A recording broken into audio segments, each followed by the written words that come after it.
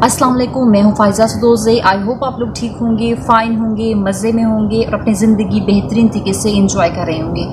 आज आपसे मैं शोबिज़ की कुछ न्यूज़ शेयर करूँगी कि क्रिस्टियन बैट्समैन हैं और ज़ोया नासिर, उनके हवाले से न्यूज़ शेयर करूँगी, हिरा मानी के हवाले से और गना अली के हवाले से। तीन जो है मेन टॉपिक्स हैं आज हमारी न्यूज़ के। लेकिन सबसे पहले मैं आज आपसे शेयर करूँगी कि हमारी जो है वो शोबिज़ इंडस्ट्री की एक मारूफ अदाकारा हैं जिन्होंने काफ़ी टाइम काफ़ी ड्रामों में जो है वो काम किया और जिस तरीके से ज़ोया नासिर जो हैं वो छाई हैं, व्लॉग्स करते थे, एंगेजमेंट हुई है उनकी, सारे मामलात हुए, लेकिन उनके साथ क्या वाक़या पेश आया आपको जैसे कि बहुत दफ़ा इस न्यूज़ के बारे में अपडेट किया गया है कि जो है क्रिस्टियन बैट्समैन जो हैं उन्हें एंगेजमेंट की थी ज़ोया नासिर के साथ। वो काफ़ी ज़्यादा व्लॉगिंग करते थे, काफ़ी ज़्यादा वो सोशल मीडिया पे बहुत हिट थे दोनों, और जगह जगह जहाँ पे भी जाते इकट्ठे जाते घूमने फिरने, कभी वो प्रपोज करते तो काफ़ी ज़्यादा वो मीडिया की हेडलाइंस में रहते थे, यानी सोशल मीडिया पे बहुत ज़्यादा वायरल थे।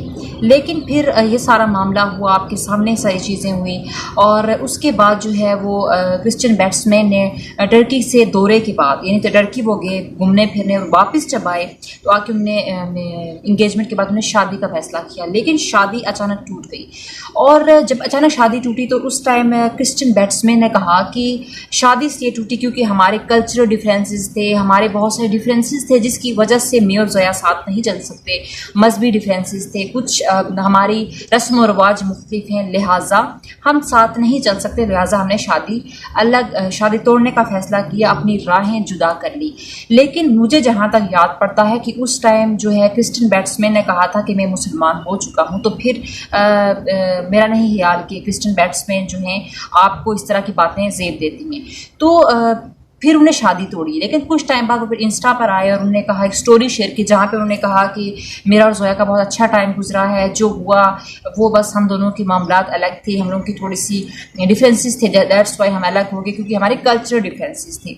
लेकिन इस पोस्ट के बाद, इस स्टोरी के बाद लोगों की काफ़ी सिंपैथी जो है वो क्रिस्टियन बैट्समैन ने गेन की। लेकिन अब जो है अब एक मामला सामने आया है, क्रिस्टियन बैट्समैन खुलकर सामने आया और उन्होंने एक वीडियो बनाई और एक स्टोरी शेयर की एक वीडियो में, जिन्होंने कहा कि दरअसल रीज़न ये थी कि हमारे डिफरेंसेस थे और डिफरेंसेस ये थे कि मैं बहुत अलग बंदा हूँ, मैं बहुत एक अलग मिजाज का बंदा हूँ, यानी कि मैं आज़ाद घूमना चाह रहा हूँ। उन्होंने कहा कि मैं जर्मनी में, आई थिंक उन्होंने कोई ड्यूरेशन बताया कि मैंने 9-10 साल वहाँ पे काम किया, मैं बहुत अच्छा स्टेबल था, लेकिन मैं आज़ाद घूमना चाह रहा था, यानी मैं बावरा था, कभी एक फूल पे कभी दूसरे फूल पे। तो उन्होंने कहा कि मैं शादी जैसे बंधन में बंधना नहीं चाह रहा था, क्योंकि शादी एक ऐसी मामला है, एक ऐसी चीज़ है जिसमें आप एक ही शख्स के साथ पूरी ज़िंदगी गुजारते हो और मैं आज़ाद रहना पसंद करता हूँ, मैं अपनी आज़ादी सल्ब नहीं करवा सकता किसी के थ्रू, और मुझे लग रहा था कि मैं अब कैद होने जा रहा हूँ, कोई मुझे कंट्रोल कर रहा है।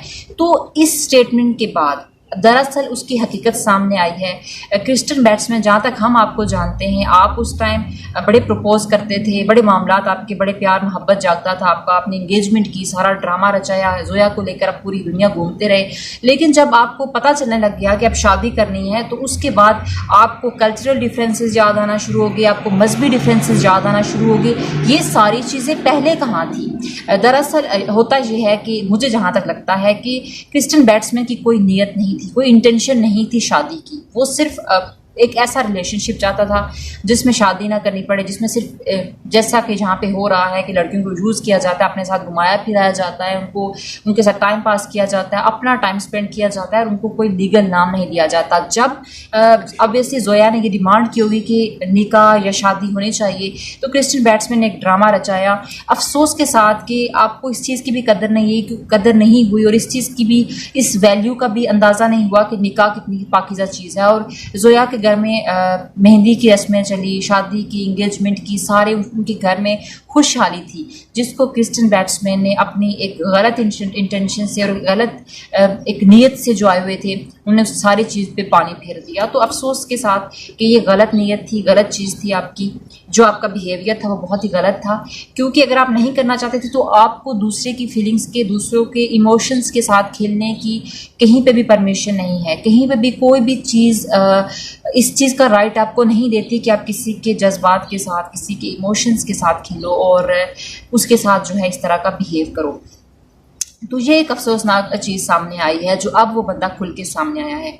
और उसके बाद जो दूसरी खबर है, दूसरी खबर जो है वो बहुत एक ऐसी है जिसको मैं रिलेट कर सकती हूँ, और वो ये है कि हीरा मानी अक्सर सोशल मीडिया पे बहुत ज़्यादा वायरल रहती हैं। जिस ड्रामे में हीरा मानी होती है वो ड्रामा जो है वो हिट जाता है, और ये इस चीज़ की दलील होती है कि ये ड्रामा बहुत हिट जाएगा।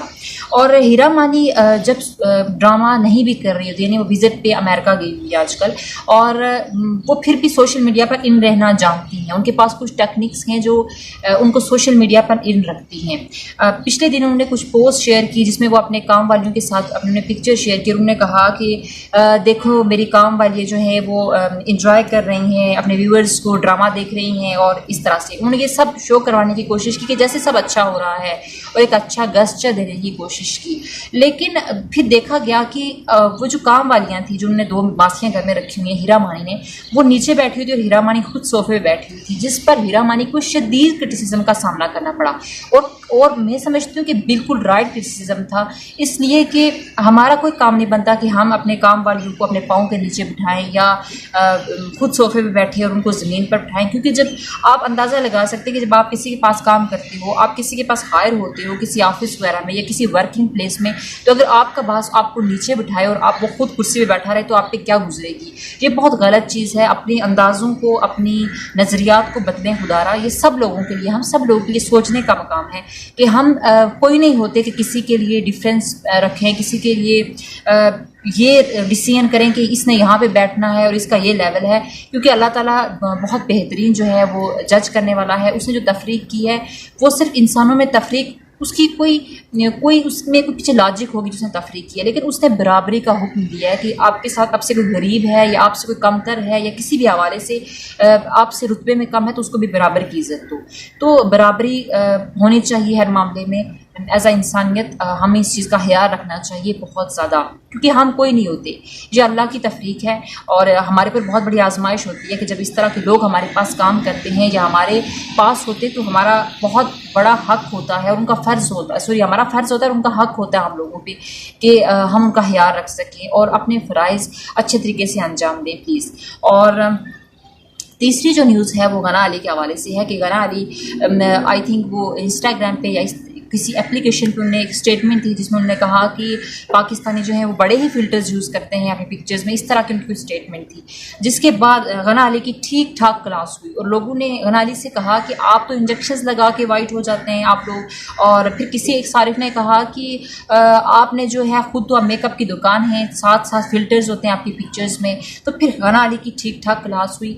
मैं एक इस पोस्ट के बाद, इस स्टेटमेंट के बाद मेरा जो एक अपना ओपिनियन है और एक परसेप्शन है गना अली के बारे में, वो ये है कि हमें ख्याल रखना चाहिए इन चीज़ों का कि बात करने से पहले सोचें कि हम क्या बात कर रहे हैं। बहुत सारे ऐसे कलर के लोग होते हैं, उनका स्किन टोन ऐसी होती है, ब्लैकिश होती है, तो वो लोग भी ऑब्वियसली कम्प्लेक्स का शिकार हो जाते हैं। तो ये अल्लाह ताला शक्ल सूरत देते हैं। आपका कोई काम नहीं बनता कि आप आके बैठ के पाकिस्तानियों को या किसी भी कंट्री के लोगों को बैठ के आप स्किन के बारे में या अपनी स्किन टोन के हवाले से बारे में कोई बात करें जिससे दूसरा हर्ट हो। तो इन चीज़ों का ख्याल रखना चाहिए। अगर अल्लाह ने आपको ज़्यादा खूबसूरत गोरा चिट्टा बना दिया तो इसमें आपका कोई कमाल नहीं, जो अल्लाह ताला की तरफ से है। आपको ये वीडियो कैसी लगी, आपके क्या कमेंट्स हैं ज़रूर बताइएगा। अपना बहुत सारा ख्याल रखें। अल्लाह हाफ़िज़।